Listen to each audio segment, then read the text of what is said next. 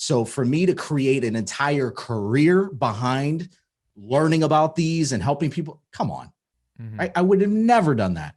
But it was the fact that I had gone through that level of struggle, which turned that pain really into purpose and passion today.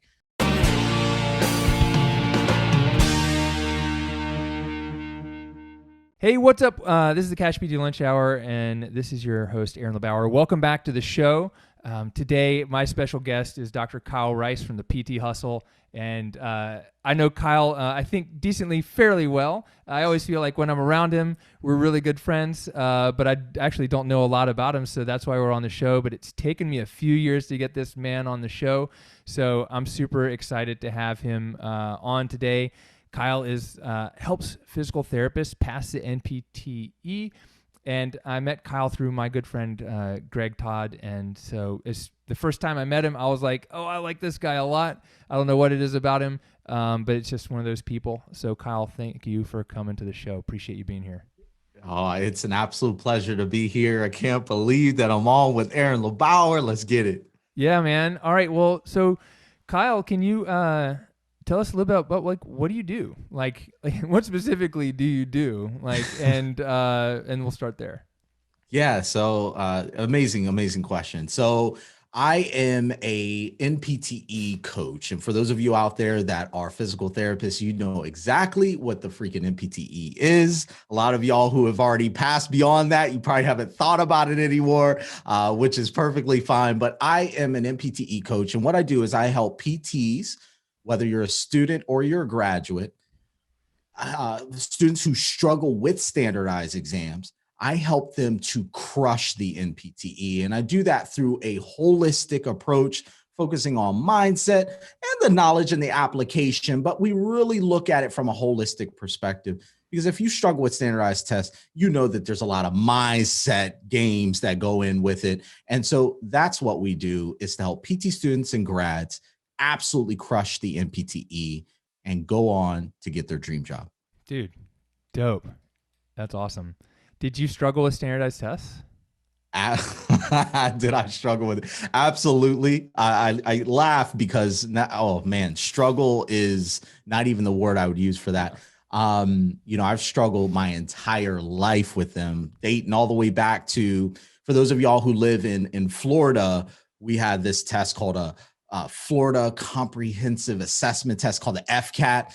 Used to have to pass that thing to even move to like 5th grade. Your boy was struggling with that. The SATs, the ACTs, GRE, you name it. I've struggled quite a bit, brother. Yeah. Just for I don't know what's the word wait a minute. It's coming to me. It's for transparency. Aaron, I got a 450 on my SAT verbal, and this was back when it was at 1,600 points. And I got a 650 on my math.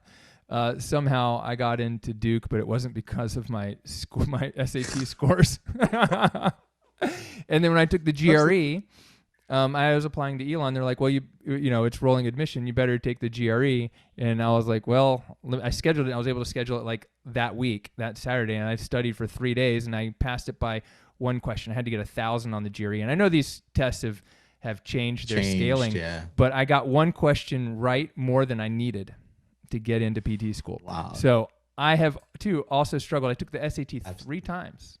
Yeah, my mom thought, both. And I got an exception to take it untimed. That didn't help. I got the same scores each time. Like I think I got one more point or one more question right once. This is pretty common, isn't it? Very common. As you're just talking about it, I'm smiling and I'm laughing because I know your pain so well. I remember we actually used to get the results in the mail. Now it's all electronic, right? Yeah. But we used to get mailed the results for things like SATs and ACTs. And I remember distinctly that not only did they give you the score, like you were talking about, you had gotten a 450 on verbal, right? Yeah. But they also give you like where you fall in the nation and in your local area or something along the lines of that. Yeah. My percentage was down in the bottom 10% of the nation. And I knew it was bad news, bro. Yeah. Every time, bottom 10%, bottom 10%. It was a struggle, man. What did you do? Like how'd you get into how'd you figure out like how to get enough, how to get a high enough score to get into college and PT school? Like what was it that was working for you at that time? It sounds like our stories are somewhat similar there, because when it came to getting into like a 4-year university, I'm telling you, all my friends were getting into University of Florida, FSU, University of Miami, like these big D1 amazing Mm-hmm. schools, right?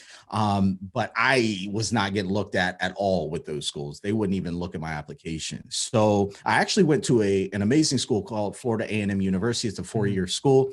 And, I feel like I was lucky. I was blessed to have an opportunity to go. I think that they weren't looking necessarily at that, Yeah. the actual test scores. And so I at least was able to get into a 4-year university. And then, so, when I got into that 4-year university, I had what you would call like a chip on your shoulder. I guess that's the saying for it, right? It's like Yeah. I had something to prove now, like I was, good enough. And so what I decided as I was getting through my, beginning didactics and all that stuff, I decided that, you know what, I want to become an orthopedic surgeon. And the true reason, bottom line, and I would never tell anybody this at the time, but the reason why I wanted to do it, because I wanted to be the most prestigious thing that you could do, that had the most respect, that made a lot of money. So I could be like, oh yeah, look at me. Like deep down, that's what I truly wanted it for, not because I truly wanted it. Right. Mm-hmm. Mm-hmm. And so, I had some trials, man. I had some major trials that I want to go into with this thing called the MCAT. You had to take an MCAT in order to get into medical school. You had to get through organic chemistry first. Oh, I was pre-med. I made it through the first day of organic chemistry. I had just gotten an A in chemistry 1 and 2 because I had a friend tutor me. And I sat down, I was like, fuck, this is going to take 4 hours. Do the first night homework review, I was like, no. I can't do this. And I dropped out. I don't blame you. I think the washout rate was like something insane, like the amount of students that would come into that class. And then at the beginning of organic chemistry, teacher would be like, how many of y'all are taking this for your first time? And then a certain amount of students would raise their hand. How many for the second? And this certain amount more. And then how many for the third and fourth? The whole class raises their hand. So yeah, I completely understand, bro. Yeah. That was a tough road. Yeah, that's crazy. So what was it that kept you from becoming the orthopedic surgeon? It was really the MCAT, because I made it through Orgo, even though that was a tough battle. Made it through all the pre-med stuff. Had to take this really tough competitive exam called the MCAT. And so I got in there and I was like, all right, I've been teaching and tutoring a lot of the people around me, a lot of my classmates, helping them get good grades in their classes and stuff. I should be all right. So I walk into this first MCAT. I studied, I prepared, I worked hard. I'm a hard worker, very committed, overachieving type of mentality, right? So I go in there to this first one, do the best I can, get the results back on it. I get a 17. For a lot of you, that's not going to mean anything to you. But to be competitive for medical school, you really need to score somewhere in the 28s at the time. It may have changed now, right?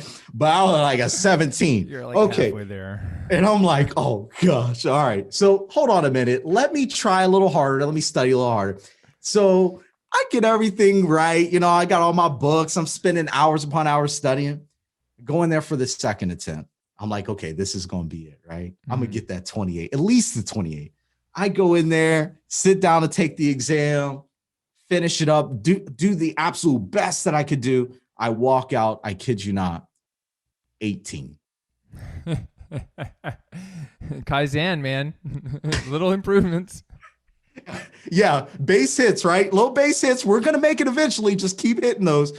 I think it was the third one that did me in a bit. Got me to the point where I was just you get to the point after you fail so many times at something that you stop becoming emotional about it. It's almost like now you're just pissed off, right? Mm-hmm.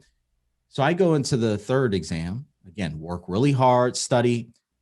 I come out, and this time the score drops back down to a 17. I think that was it for me, really, to the point where I'm like super pissed off. So fast forwarding this story, bro, I go into my fourth attempt of this MCAT. I'm not stopping for nothing. Fourth attempt, go in there, score goes up to a 19. Okay. Which you could, let's do it. yeah. We're starting to make it there, right? But here's the thing. So schools start to look at how many times you're taking this thing, right? And then that starts hurting your applications, you know? So I wound up taking the MCAT 5 times and never getting a competitive score. The highest I ever got on that thing, I believe, was a 21. And so gradual improvements. Yeah, gradual improvements, but not enough to get looked at by any school, really. But PT school doesn't care about the MCAT, so they did not. What was your journey from MCAT to PT school? So, I was at my parents' house because I had already graduated undergrad. I'm like laying in my childhood bedroom in the bed, glow in the dark stars on the ceiling still that my mom hadn't taken down yet, right? And that was that breaking point where it's like, I got to change something, right? Yeah. And so I was like, well, my aunt and uncle, they're all physical therapists. My cousin's physical therapist. You know what? Let me try this physical therapy thing. And so that's when I decided I'm going to do physical therapy. And what I'm going to do is I'm going to become a doctor of physical therapy, and then no medical school will ever be able to deny me. I was going to use physical therapy as a stepping stone to get into medical school. Cause I was still like, no, everybody's going to accept me. Like, I'm not taking this, so I applied to physical therapy school, and with my grades alone, I got into Florida International University. Go Panthers. Yeah. Hell yeah. Yeah. So that's what brought me there. Yeah. That's awesome. You took the GRE or something like that, right? I did take the GRE, and I struggle with that as well. Yeah. I really feel like it was the interview. And then the fact that I had really great grades and recommendations that really sealed the deal for that one. So, let me try to figure out. Let's get to the next step. Before we get off track. We're actually, So you graduate PT school. Did you go like work in orthopedics? Did you what took you from graduating PT school to like starting your own business, helping other people pass the NPTE? Or maybe when you got out of PT school, did you have to pass that thing, take that thing 5 times? I mean, yeah. So that's a good question. So, there's the NPTE, you got to study hard for it. And throughout PT school, I was really focused on the NPTE, really just overwhelming desire to do as best I could possibly do on this thing. So I treated it differently, and I studied the best that I could, learned from the best people about standardized test taking. So I went into that exam and I passed it. The first standardized exam I've ever passed, and I passed it with a perfect 800 out of 800 on it. Damn. Holy cow. Absolutely. Wow, dude. So you knew going into that, you're like, all right, I've got to do something different because I've struggled before. Absolutely. Right? Absolutely. Did your school, our school helped, our school was like, you come back from we had a 6-month final rotation. We came back to school for a month. We did like an elective class for 3 weeks or something like that. And we did a 1-week NPTE prep course. Like they kind of paid for that for us, which was nice. Did your school do anything to help you guys? Yeah, they actually were going crazy. I think that the passing score started to drop a little bit. And so they're like, everything starts scrambling, like, get them this, get them that, So we did a lot of review courses. Therapy Ed, Score Builders was there. And I did a lot on my own, getting every possible review book and course that I could, get my hands on, for sure. Yeah. What is it about standardized tests that are harder for some people? One of the major things that I feel is the person's upbringing a lot. Like that's what influenced me, because our family is very academically inclined. There's a lot of pressure on performing well, right? And so you go into big exams like this that really determine whether you're going to go to college or not, or what school you're going to go to, right? And then it becomes more of an anxiety-producing event, more than just any regular test. And so I feel that a lot of students who have trouble now especially the ones that get through PT school and all that stuff. They go through all the grueling stuff of PT school. They come out and they don't do well on the NPTE. A lot of it's because of the mindset, the anxiety that's produced by it. Yeah. So it's, I mean, I remember one of the things about my NPTE prep, and it wasn't you because it was 12 years ago. I heard in 2009, and I don't know which company it was. I have no idea. But one of the things that they did that I didn't learn for like SAT was test taking strategies. It was heavily focused on test taking strategies and like training for the test rather than the knowledge, because this guy was basically like, you have all the knowledge. I mean, there's 5 things that you probably don't know that they'll ask you about, but you have the knowledge. It's like, how do we do it? And it's more than just, the multiple choice test taking strategy of, if you know A and B are wrong, it's going to be C or D, just guess one of them and answer it rather than not leaving it blank. Right. And I found, I was like, wow, that was helpful. Like I never that might've helped my SAT scores, but is there like a specific, so is it for you, you feel like there's a lot of it's the anxiety, which I totally understand. Is there like a strategy for people to get over this part, or is it, I'm asking 10 questions at the same time, or is it more that when I took the NPTE, we could pretty much schedule it like any month we wanted to, and now you can have 5 opportunities a year? Does that create more anxiety? I mean, what is the, like what are the strategies that you teach that are most helpful, or what are and what are some of the things that really make the biggest difference for people? I guess that's the question. Yeah. So, when it comes down to anxiety, I think what you brought up was spot on. Like there's only 4 opportunities a year to take this exam, right? If you don't pass it once, you got to wait another 3 months to sit there and take the exam again. And there's a lot of pressure. Now, here's the thing. It's not just the fact that it's the exam itself that you have to pass, but it's the fact that a lot of us come out of PT school and we have all of our classmates, and then you're fearful that, oh man, am I going to be the one student in my PT class that fails, that sets a bad, record for my school, and everybody else passes. And so I think that all these things start to play into it, right?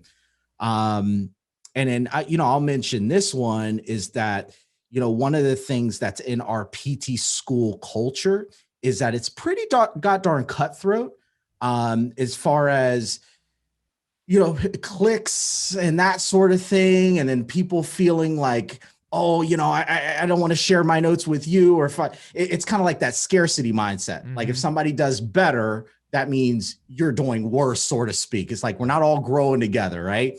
And so I think that plays into the anxiety a bit. What are people going to think of me? What is my CI going to think of me? What are the faculty members going to think of me if I don't pass this exam? So that all plays into your mindset going into an exam like this.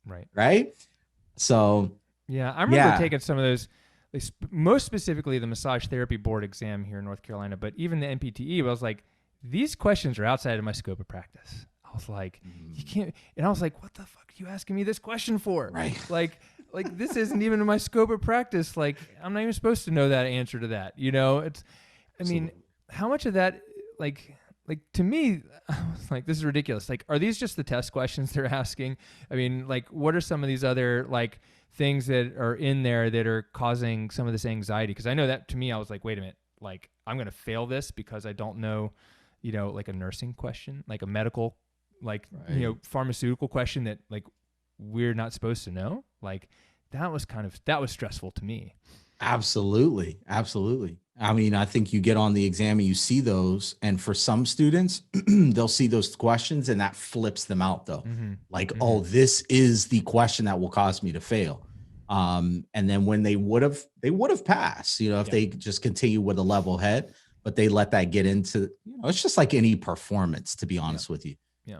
Do you find like I'm sure you took some of your tests with a pen and pencil, right? Do you take some of these with pencil? And now they're all computerizast, right? It's true. So one of the things I used to do was like, if I didn't know the answer, I'd skip it and come back to it later. Like, I don't know if I can't remember that the computers let you do that, but I was like, wait a minute, I better sit here and figure this out, my best answer, and not come back to it. Are there any other things like that have changed recently in how they're delivering the test or asking the questions, or is it pretty much the same as most of us who are older took these a while back. Yeah, it's definitely on the computer. For the most part, things are the same. COVID's kind of thrown some Yeah. wrench in the plans a little bit, where there's more testing dates and that sort of thing, and masks and all that. But Yeah. overall, things are the same. You brought up a good point about skipping a question on the NPTE. You can skip questions and come back to them later, as Yeah. long as you stay within the section, right? You can't go on to another section and pop back into the section before. Yeah. But you can do strategies like that. Absolutely. Yeah. Cool. So, all right. So, Kyle, you get out of PT school. You score a perfect score on this thing. You're like, damn. Did you just go work wherever you wanted to go work? Like, what did you do next, and what led you to starting a business? Yeah, that's a good one. So I came out, I was super motivated to just be the best physical therapist I could be. And in my eyes, to do that, you had to be like manual therapy certified, you had to be residency trained. Like, this was my mentality coming out of PT school. And so first job that I got, Dr. Richard Asaro, if you're listening to this, brother, I miss you. He was actually a CI of mine, and he brought me in, and he was manual therapy certified, and he was training me and my mentor and all that, which was great. I wound up leaving and going to Jacksonville, where I did a residency at Brooks Rehab. Yeah. So in my first couple years out of PT, it was like, bam, bam, I want to get the manual therapy certification. I want to get residency trained. And I thought that was my fulfillment. That was going to bring me happiness and joy. And I started to realize the reason why I was doing a lot of that was still to fill this void of acceptance and being accepted by others and being viewed highly by others, or something along the lines of that. That's what I was looking, just to be accepted. And really physical therapy and doing the certifications, all that, it just wasn't solidifying that. And so I got to the point one day, I was actually took a job as a travel physical therapist. I got to the breaking point one day, and I was like, listen, I love treating patients. This is great, but it's not, it's not just fulfilling to you, right? It's like, man, there has to be something more. And so there's a guy named Greg Todd, right? He kept coming up on my Facebook and everywhere. And he was really the catalyst for me going after my true dream, which was to help students just like me who struggle with standardized tests, who feel like they can't do it, who feel like, oh, this is going to be the test that keeps me away from my dream, to help those students pass the NPTE and get their dream job. And so he was the catalyst for it, brother. Yeah. Wow, dude. That's awesome. So what were the first steps? What were the first steps? Did you just build a course and start selling it? Did you build an audience, a following? What was it that you did first to get this thing moving? Yeah. So the way it started was this. When I graduated, right after I had passed the NPTE, a friend of mine had heard that I had passed it and done well. And so he was like, hey, I have a friend who graduated from your same school years before you that's struggling. Do you mind helping this person out? So long story short here, I tutored this person for 6 months, helping her to figure out exactly. She winds up passing it. She was on her last attempt for the state of Florida. If you don't pass it in your 5th attempt, you can't ever practice in the state of Florida, at least while we're recording this July 15, 2021. Right. And so she passed it, and I was like, oh my gosh, now I really feel like I have something, I can help people. And so pretty much ever since then, I've been tutoring people and helping people along the way. So by the time I had met with Greg, and he was like, listen, you need to go all in on this dream that you have of helping people. I had already tested this idea out. Right. I knew that it worked. I knew that I had something. I didn't have a lot of belief in myself, but I did feel like I had something. And so it was really Greg that showed me the ways for, okay, how do you start a company? Where do we start? So I started off with absolutely nothing, no real course, nothing like that. I started a free Facebook group online where I was just helping giving information, giving it. I did develop a course that was imperfect action in the beginning. It was not fancy. I literally, if I went back to that course and looked at it, I would cringe. Like, I can't believe, I've come so far now, right? But the thing is, I started with imperfect action, free Facebook group, just providing a ton of value. Right. And that has what, created that kind of snowball. Yeah. I think that I want to emphasize that. Like, you had already proven that you had helped someone, basically like a high ticket offer without like probably charging a high ticket price, but you helped a one-on-one person get a result before you went and created a group that brought in a lot of people, and all you did was give to people. You helped, you give. I've seen your videos. You're amazing on video, and you helped inspire people and help them through it. And then you probably went and created some kind of really more of a product, right? Right. Absolutely. What was the timeline between creating, between knowing, okay, I helped this one person who was on their 5th attempt, and creating a course and selling it? Oh, okay. So looking at this from one to the next, we would probably be looking at a solid 4.5, closer to 5 years. Since I had helped that person and to the development of the course. Yeah. So I had spent 4.5, 5 years in the incubator helping people for like $10 an hour before I ever got to the point where I was building out a course and actually, get more people. Yeah, that's awesome, dude. I think a lot of people who've come to me and like, Aaron, I want to teach this course. I'm like, great. Like, or they want to start a business. I'm like, great. Do you have an audience? They're like, no. Like, do you have anyone that wants to, have you done anything? And I was like, okay, well, how do we, I ask them a different question, but in my mind, I'm like, well, how do you expect like anyone to buy this if you haven't given any value to anybody before? They don't know what you can do for them. Absolutely. And it seems really exciting, but I think, to hear you say like it was 4 to 5 years in between that. And then how many years has it been since you launched your course? So it's now been 3. Yeah. A little over 3. Yeah. So like 7 years. You're getting close to a decade, but you're probably getting there faster than Greg and I did on our own because you've got like an amazing coach. Absolutely. Right? Absolutely. There were a couple things so I just want to leave that there for people. Like, this stuff doesn't happen overnight. It's the overnight success you see as the tip of the iceberg. No doubt. Right? No doubt. You mentioned a couple things I think are interesting that we need to talk about.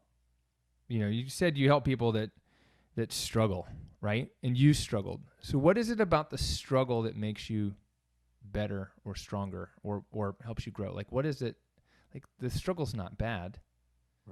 Right? Absolutely. So what is it about it that we should embrace or that's been helpful? First of all, it's a great question, because in the moment when you're going through this struggle, right? And I'm talking about some deep pain, some stuff that you're like, why is this happening to me? Why am I being punished for this? I'm a good person. Why am I going through this? That type of stuff, like you're thinking that to yourself. I want you to understand that without those points, I wouldn't have been able to get to where I'm at today, like being able to have such a great impact. One of the things that I tell a lot of my students now that are going through the struggle, right, is the fact that if I didn't have that big pain and that all that struggle and all of that, if I didn't go through that, I wouldn't have the passion and the desire to do what I'm doing today. Trust me, I would not be helping anybody pass standardized exams, because who the heck likes standardized exams? Like, nobody likes that, right? So for me to create an entire career behind learning about these and helping people, come on. I would have never done that. But it was the fact that I had gone through that level of struggle, which turned that pain really into purpose and passion today. So there's a lot with struggle that you should embrace. Of course, I'm not saying that everything's going to be rosy, because it sure as hell was not rosy for me at the time. But would I go back and change it if I could, like just tweak that struggle and have it not happen? No, not in a million years would I do that. Dude, that's awesome. What's interesting? What's the difference between struggle and failure? It's good. I think it's how you that wow. So that's how you it's how you define it, to be honest with you. I think that their struggle struggle doesn't necessarily mean that you're failing. Mm-hmm. Um and again, it's just all in how you define it. So failures to me now, I look to failures as okay, this is a lead up to a success. Like at this point, my understanding is I must fail as quickly as possible, as much as possible, in order to increase the success. So Mm-hmm. if you fail a little bit, then your success is going to end up being a little bit. The more that you fail and the bigger that you fail, the bigger the success at the end. That's just what I've seen from my experience and the experiences of my students. So the way I look at it now is, the struggle is a blessing. If you're going through a struggle, that means that you're in a period of growth. You really are in a period of growth. So I would look at them very similar. Yeah. Are you capable of failure anymore? Am I capable of failure? Not as like an end, not as an end point. Yeah. You'll see that out there now. It's like you don't truly fail until you quit, right? If you quit, then you're a failure. So in that term, no, there's no quitting, right? But failure, like I was telling you before, I seek to do that as quickly as much as possible. Yeah. I guess it's how you define it, right? It's how you define it. It really is. Right. So most people think of failure as like, it didn't work. I failed the test. All right. I guess it's not for me. Right. I look at it as like, I'm not capable of failure anymore. I'm just going to run into a bunch of roadblocks, or things that don't work the way I expect. Absolutely. Right? Absolutely. So, I mean, wouldn't you say that that's like part of that definition that you have now? Oh, absolutely. Like I said, there's a million definitions out there for failure, and it's all in how you interpret it. Yeah. What did it take for you to get there? First of all, it took a lot of failure. Right. So it took a lot of failure. But I think it took me getting to this point where it's like I'm taking that leap of faith, like with this business, right? I was always doing things that were comfortable. Yeah. This was the first time that in starting this company and stepping out there that I would feel like I was doing something that wasn't comfortable. That was the risky option. I was leaving a physical therapy job where I was making plenty of money, stipend to pay for your freaking housing. I mean, it was a great cushy situation, but I was leaving all that to start from pretty much zero. Yeah. And it was at that point that I was willing to accept failure. I was willing to know that, okay, this is going to happen and I need to go through these failures in order for me to get truly what I want. Yeah. Yeah. You said you didn't believe that this was possible at some point. Like I had a very similar experience. One of my early coaches was like, Aaron, you've got a 6-figure business. I was like, no way. Like, no. I was like, people don't want to learn this stuff.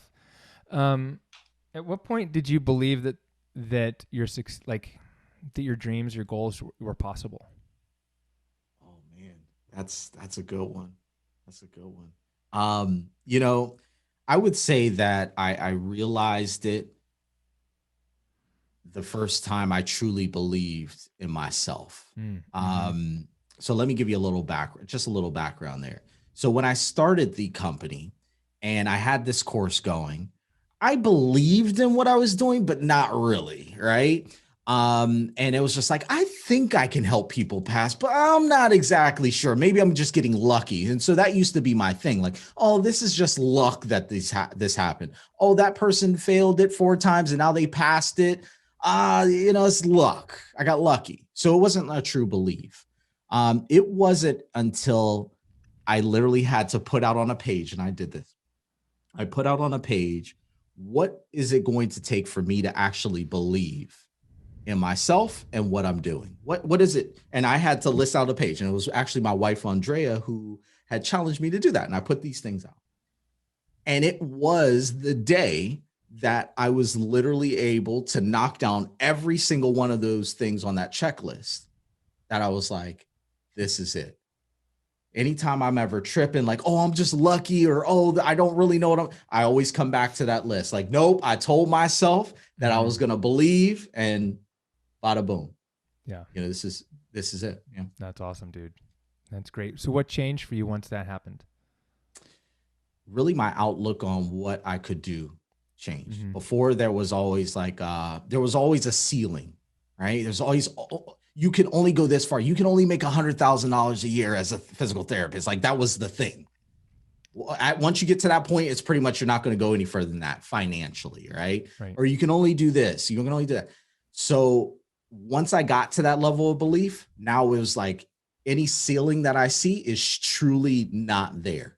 All you have to do is push through that, or find someone who's already broken through it to show you how. Right. Right. What things did you change in your business? Like, whether it's systems, people, products, something. What did you change in your business? Like, once you got past 6 figures in your business, what was the things that you had to do or change, to get to the next level? I would say, once we were able to make it to, 100,000, we were, it came down to a lot more automation. So luckily for us, there's a lot of automation based tools out there that can act now like multiple employees, right? Right. And so you're able to automate a lot of your communication and even your marketing and certain things. So that allowed us to grow exponentially beyond that 100K without necessarily having to hire on, right? But then it's funny because Greg and I were talking about this morning, was having a fulfillment issue. It's like, you're having people coming in, you want to still serve at that high level and give everybody high level just product and service, but you can only do that for so long by yourself. You only can fulfill at that level for so long. And then once there's enough people in there, everything starts to break down and you can't provide that quality.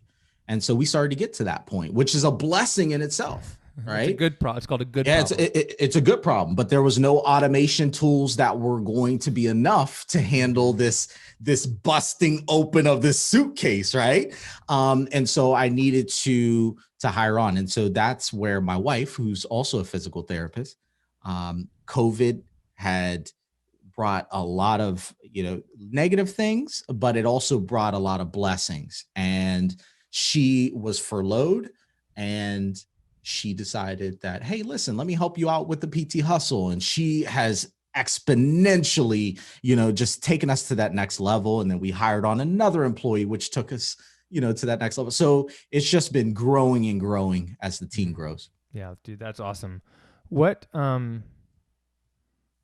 does the future look like? What's the 5-year plan, 10-year plan? Like, what is next for you? Like, where are you taking your business? Are you doing something?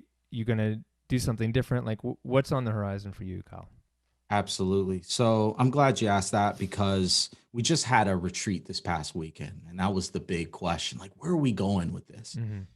Let me take you back to a little bit earlier in this podcast episode. I talked to you about how the PT atmosphere, the schooling atmosphere is, I would say, it's cutthroat. To be very transparent, that was my experience and the experience of a lot of the people I talked to. And I think we lose a lot of PTs, great PTs, the PTs that'll be amazing for this profession. We lose a lot of them because of that type of environment. Now, we may not lose them because they leave the school and don't ever do PT. We lose them because they come out as physical therapists and they're so guarded, walled off, that they're not looking for opportunities to grow things because they feel like they're going to get cut down.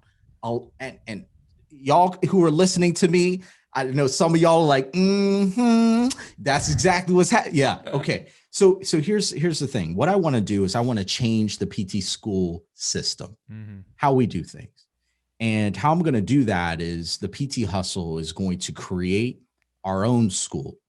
And we're going to use a model that is based upon being a positive PT atmosphere, with the goal of making sure that every PT student feels supported throughout the process. But instead of like focusing so much on interdisciplinary, which is great. I love that. And focusing on how to work with, other physicians and all that. We need to understand how to work with each other better first. Yeah. Amen. Right. So I want to create a school. I will create a school, and we're going to use the same model that we use in our PT Hustle courses now. We're going to use that same model, and we're going to bring that into the university system. Dope. Dude, that's awesome. That's amazing. Appreciate it, brother. I really do. Yeah, that's a great vision. I love it. I love it so much. It's like, because there's so many things that I guess the thing is like, hey, I have a great idea, and someone's like, oh, great, why don't you do it? And I'm like, oh, but I'm just here for the ideas. But you're actually just like taking action on it. But that's Absolutely. The thing is, I tried to change it from inside, and it didn't happen. And it sounds like, sometimes we got to just change it our own way. Right. What question haven't I asked you yet that you think is important? I would say, and I think we start to touch on that a little bit. It was, if you're in a situation where you're struggling, and this could go across multiple realms here. We could talk about as a physical therapist who's think about starting your own practice, your own business, online business. Maybe you're a PT student who is in the struggle of preparing for the exam and just not where you want to be. Your test scores are not where they want to be. Maybe you're kind of getting beaten up by your classmates doing significantly better, and you're the one that it just seems like you're not going to make it. How do you handle that type of situation, that struggle? If you're in it right now, what do you do? How do you focus in and dig your heels in and make it through? I think the first thing for me now, as I'm looking back and as I'm going through struggles today, is to understand that you're in the struggle first, to understand that you're not being punished for what you're going through, that everything that you're going through, that this struggle and this pain is really there to set you up for something even better. So it's like right now, all you want to do is just be a PT. All you want to do is just start your own CashPT business. That's all you just want to do. Just let me start my own CashPT business. But there's something better for you.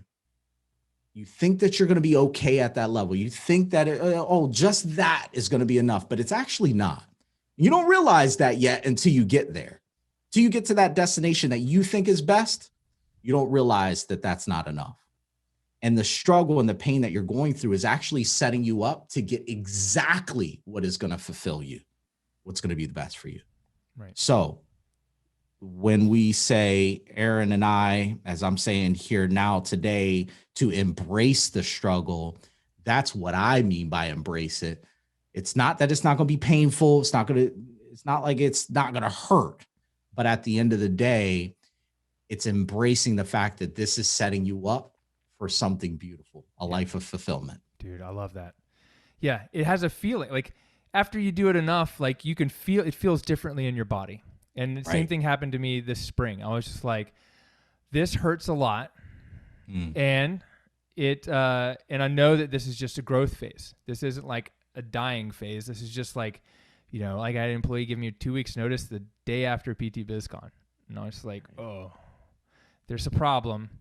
But like, I know this is just like, this is just a sign of something good to come because I've experienced it multiple times now. Right. But when you feel it the first couple times, you just want to run away from it. Absolutely. Right? Absolutely. Yeah. How do you keep yourself from not running away from it? Yeah, that's, the one thing that's helped me out, to be straight up honest, when I'm going through a situation, I always weigh out my options, right? So you said running away from it, right? Yeah. Well, you got to specify what you're running away to. Because you'll naturally run away by default, but you don't even know what you're running to. Are you sure you're running away to something that you truly want? Right. Because if you're going to run away and you're going to be in a situation that's not fulfilling to you, a situation that you don't feel comfortable in, and you know that you could do more, and every night it's going to keep you up at night because you're not like, are you sure you want to run away to that? I mean, I know this is painful right now, but are you sure you want to run away to that level of pain? Right. You might as well stay where you're at, dig your heels in, and go after what you truly want. Right. Love it. Basically, if you know what you want and you know where it is, you'll embrace and endure through the struggle. No doubt. No doubt. Yeah. 100%. Dude, super powerful, Kyle. If Appreciate it. someone's listening and they're a DPT student or they're struggling with like the NPTE, where should they go? Like, how do they get a hold of you or your course? Yeah, so we got the PT Hustle team over at www.pthustle.com. You could check us out. We're just a family of PTs really just trying to help PT students grow, get past this NPTE and get their dream job. So www.pthustle.com. If you're on Facebook and you're looking for a positive community, we're in there. In our private Facebook group, you can go to www.nptegroup.com. That easy, absolutely free. We're dropping fire in there every week. Do it. Dude, awesome. And if someone else wants to follow you on social media, maybe they're already graduated, but they're like want to get inspired by you or some of the things that you're sharing, like where's the best place for them to find you? Absolutely. So we're growing that Instagram, baby. We working on it. So you can catch us at the PT Hustle. Just plug that in there. The PT Hustle on Instagram. Yeah. That's one of our hot places to catch us. Dude, Kyle, thank you so much. This has been great. Brother. Dude, I always love, like, even if I only get like 30 seconds of like inspiration from you, it's always amazing. And now I just got like almost an hour. So I'm super happy. Appreciate it. Dude, is there anything else? Like, we got to go because I got another call coming up, but I don't want to leave. But is there anything else that you think is important, whether it's about any of these things or something else? Y'all, I would just say take the time to look at what it is that you truly want. Take an opportunity to embrace the struggle. If you're in a struggle right now, take an opportunity to look at what you're going through. Take an opportunity to embrace what it is that you're going through. Understanding, you know what? I'm going through this because it's going to set me up for something greater. Yeah. Take that opportunity to do that today. Dude, so awesome. Dude, brother, thank you so much. Thank you. Thank you. It's great. A pleasure. Absolute pleasure. Oh, man. You guys don't know how lucky you are because, I'm not even in person with Kyle. We're just doing the Zoom thing. But to have him drop some knowledge is just amazing. So thank you so much. Got it, man. Dude, y'all, this is the CashPT Lunch Hour podcast. My name is Aaron LeBauer, and this is Dr. Kyle Rice, or Coach K. Not to be confused with Mike Krzyzewski from Duke University, Coach K. But apparently now there are two Coach Ks. One of them coaches Duke and one of them coaches PTs. So we'll see you guys on the next episode. Embrace the struggle and let us know how it feels on the other side. We'll talk soon.